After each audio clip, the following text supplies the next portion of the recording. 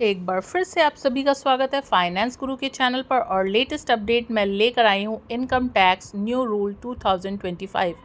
जैसे कि अब नया फाइनेंशियल ईयर शुरू हो रहा है अप्रैल से, तो आयकर रिटर्न दाखिल करने की समय सीमा में हुआ है कुछ बदलाव।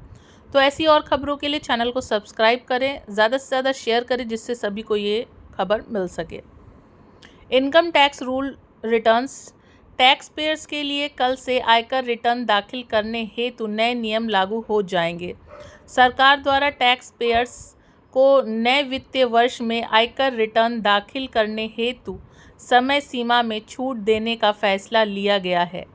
1 अप्रैल से संपूर्ण देश में टैक्स पेयर को अपडेटेड आयकर रिटर्न इनकम टैक्स रिटर्न दाखिल करने हेतु 4 साल का समय मिलेगा।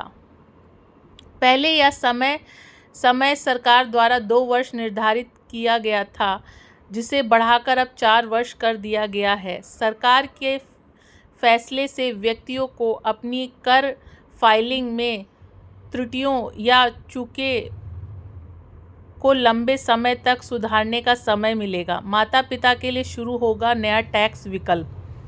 1 अप्रैल 2025 से संपूर्ण देश में टैक्स के नियमों में बड़े बदलाव किए गए हैं। सरकार द्वारा टैक्स के नियमों में किए गए बदलाव का असर आम जनता से लेकर पेंशन भोगियों और वित्तीय भोगी कर्मचारियों पर भी पड़ेगा। केंद्र सरकार ने नए टैक्स प्रणाली के तहत माता पिता के लिए एक नया टैक्स बचत विकल्प पेश किया है।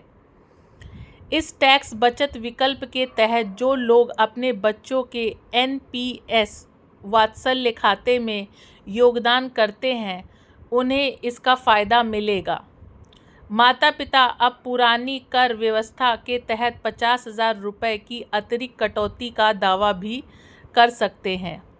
नियुक्तियों द्वारा दिए जाने वाले लाभ और भत्ते अब कर योग्य सुविधाओं के रूप में नहीं होगा वर्गीकरण।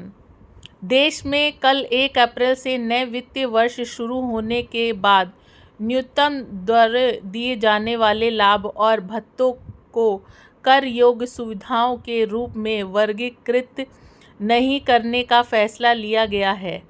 इसके अलावा यदि किसी भी न्यूनतम दर किसी कर्मचारी या उसके परिवार के लिए विदेश में चिकित्सा उपचार की लागत को वहन किया जाता है, तो इस व्यय को कर योग्य लाभ नहीं माना जाएगा।